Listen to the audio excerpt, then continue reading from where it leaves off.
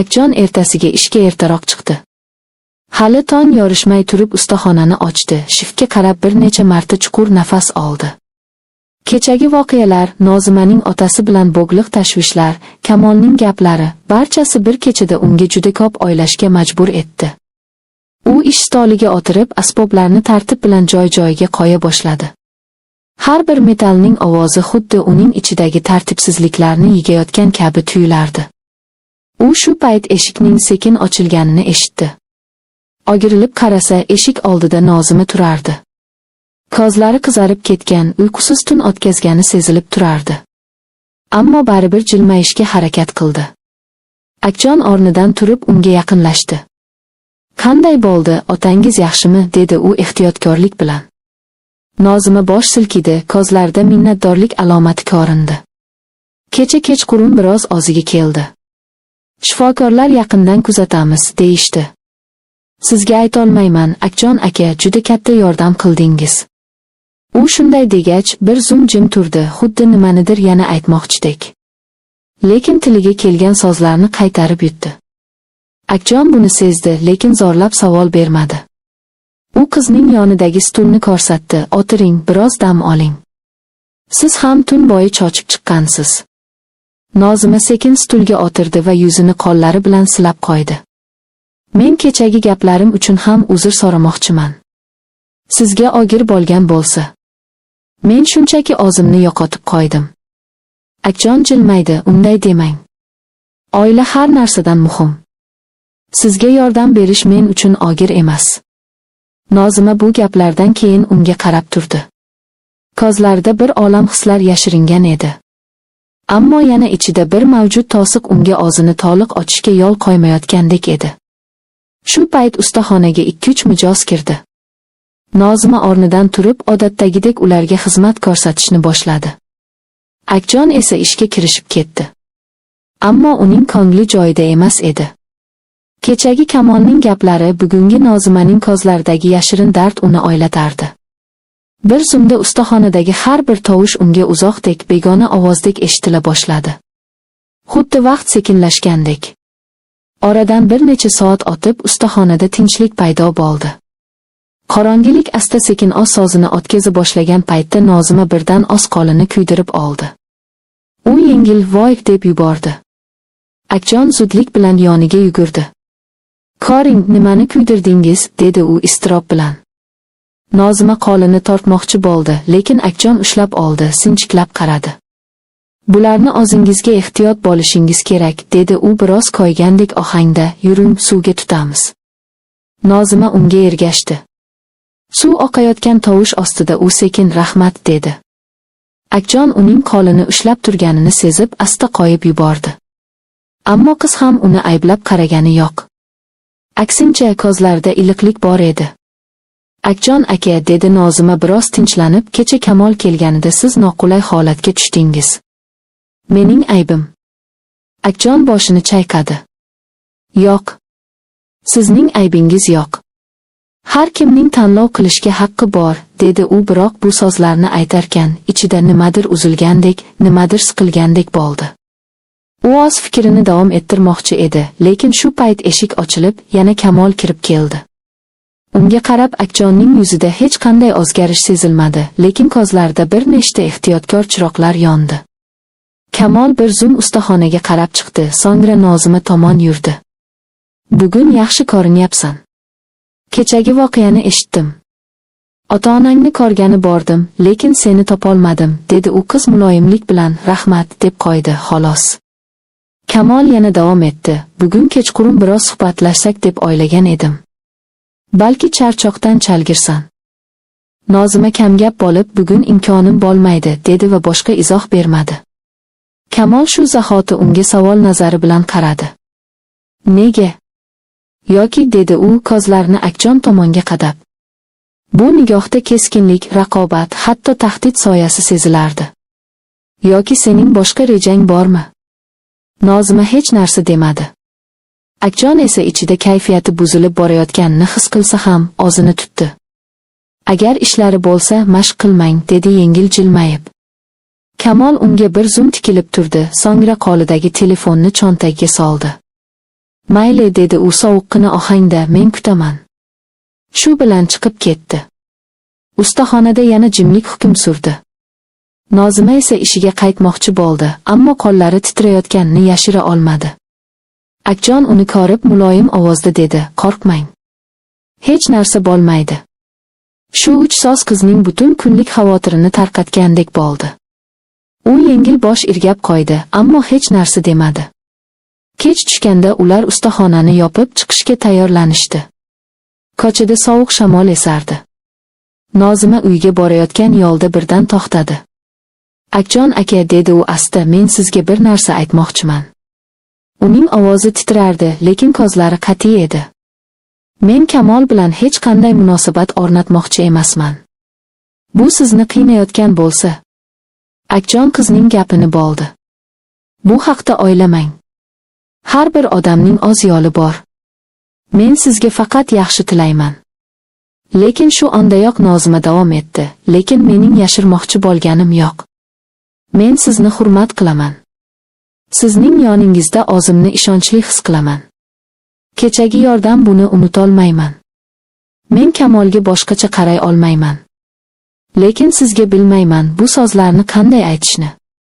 Akjon yuragining qattiq urayotganini his qildi. U qizga qarab turdi, ko'zlarida o'zgarishlar aks etayotgan edi.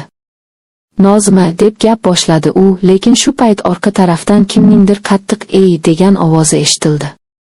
Orqaga qarashsa, Kamol turgan edi. Ularning holatini uzoqdan ko'rib turganga o'xshardi. Kamol yonlariga yaqinlashib sovuq nigoh bilan qaradi. Demak, shunday ekanda, dedi u zardali ohangda. Men seni qancha kutdim, sen esa. Nozima bir qadam oldinga chiqib, Kamol, iltimos, bunday gapirma. Men sizga bu haqida ochiq aytganman, dedi qat'iylik bilan. Kamolning yuzi qora tortdi.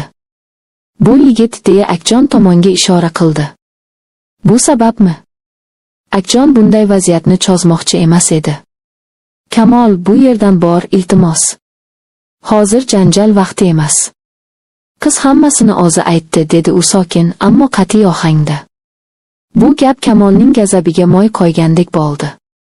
U bir qadam oldinga tashlab, sen kim bo'lding menga buyruq beradigan, deb baqirib yubordi. Nozima uni to'xtatmoqchi bo'ldi, ammo Kamolning xatti-harakati haddan oshgan edi. Akjon esa bir zum o'zini yo'qotmadi. Men hech kim emasman. Faqat uni himoya qilaman, dedi u. Bu so'zlar Kamolni portlatib yubordi. Lekin Nozima ular orasiga tushib qo'lini ko'tardi. 7 yot odam kabi meni tortishmayotganlaring yaxshi, dedi u keskin ohangda. Kimga qanday munosabatdaman, bu mening tanlovim. Nozimaning qat'iy gaplaridan so'ng Kamol bir necha soniya qotib qoldi. So'ng orqasiga burilib, mana ko'rdim kimga ishonishingni, dedi va qorong'ilikka singib ketdi. Nozima chuqur nafas oldi. Akjon qizning holatini ko'rib, sekin, yuravering, uyga olib boraman, dedi. Yo'l davomida ular ko'p gaplashmadi. Faqat yuraklarida bir xil sokinlik bor edi. Ular manzilga yetganda Nozima dedi, men sizga yana bir bor rahmat aytaman. Siz meni hech qachon qo'rqitmagansiz, aksincha xotirjam qilgansiz. Akjon jilmaydi. Bu mening vazifam emas. Men shunchaki sizga mehrim bor odam sifatida himoya qilganman, dedi u nihoyat o'zini ochiq tutib. Nozima ham jilmaydi. Men buni his qilganman, dedi u asta. Shuning uchun men ham sizga begona emasman. Ushbu so'zlar kechasi sovugidan ham issiqroq bo'lib, Akjonning yuragiga singdi. Ular bir-biriga uzoq qarab turishdi, lekin hali hech qanday shoshib qaror emas, faqat tushunish, qo'llab-quvvatlash, yaqinlik bor edi. Shu bilan ular o'z yo'llariga ketishdi. Ammo ikkisining yuragida bitta umumiy fikr paydo bo'lgandi. Bu narsa endi oddiy tanishuv emas. Bu asta-sekin o'sayotgan, sinovlardan o'tgan, mehrga to'la boshqacha his edi. Bu his hech qanday shoshqaloqlikni, janjalni yoki qo'rqinchni ko'tarmaydi. Bu o'z yo'lini sokin, ammo qat'iy chizayotgan bir yo'l edi. Akjon bir necha kun davomida o'zini galati his qildi. Ish davom etardi, ustaxonaga mijozlar kelardi, hammasi odatdagidek ko'rinar, ammo ichida nimadir o'zgargandi. Go'yo bir eshik ochilganday, ammo u eshikdan ichkariga kirishga hali jur'at topolmagandi. Nozima bilan kechki suhbat, Kamolning kelib ketishi, qizning qat'iy tanlovi, bularning barchasi tong sahardan boshlab uning xayolini egallab turardi.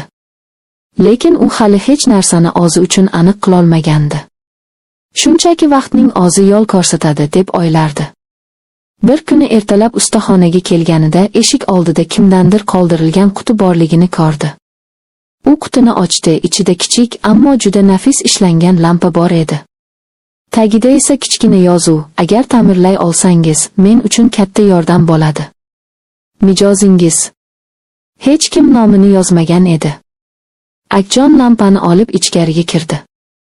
Ustaxona hali bo'sh, Nozima hali kelmagan edi. Lampani sinchiklab ko'ra turib, kim yuborgan bo'lishi mumkinligini o'yladi. Keyin lablari bir oz jilmayib qo'ydi. Nozima bundan avval ham shunaqa kichik lampalarni yoqtirishini aytgan edi. Lekin bu safar qutida uning qoli yo'qligini sezdi. Xuddi kimdir ataylab sirli qilganday. Bu fikrni keyinroq o'ylab ko'rishga qaror qilib ishiga kirishdi.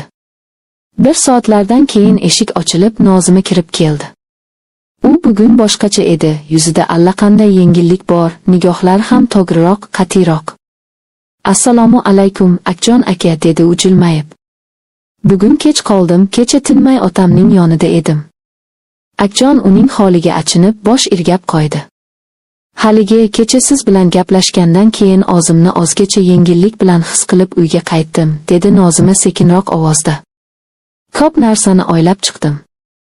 Akjon unga qaradi, lekin savol bermadi. Nozima esa uning sukutini tushundi shekilli davom etdi. "Mening hayotimda ko'p vaqt boshqalar uchun yashagan onlarim bo'lgan. Lekin endi shunchaki o'zim uchun to'g'ri qaror qilishni istayapman. Kimningdir fikri, bosimi yoki majburlashi bilan emas." U shu gaplarni aytar ekan, yuragidan og'ir yuk tushayotgandek edi. "Sizga minnatdorman. Chunki siz menga hurmat bilan yondashasiz." Akjonning ko'nglida nimadir iliq ovoz bilan titradi. U shunchaki boshini qimirlatib, "Rahmat", dedi. "Men sizga hech qanday minnat qilmayman. Siz o'zingiz to'g'ri qaror qilyapsiz, xolos." Nozima jilmaydi. Bu jilmayish juda samimiy edi. Kun davom etdi. Har ikkalasi ham o'z ishlariga sho'ngishdi. Ammo tushdan keyin ustaxonada kutilmagan voqea bo'ldi. Bir o'rta yoshli ayol kirib, Nozima bilan uzoq gaplashdi. Ayolning gaplari baland eshitilmasa-da, yuzidagi tashvishli holatdan nimadir muhim narsa muhokama qilinayotganini anglash mumkin edi. Nozima gap ohangidan biroz xavotirga tushib qoldi. Ayol ketgandan so'ng u bir muddat jim qoldi. Akjon uning holatini ko'rib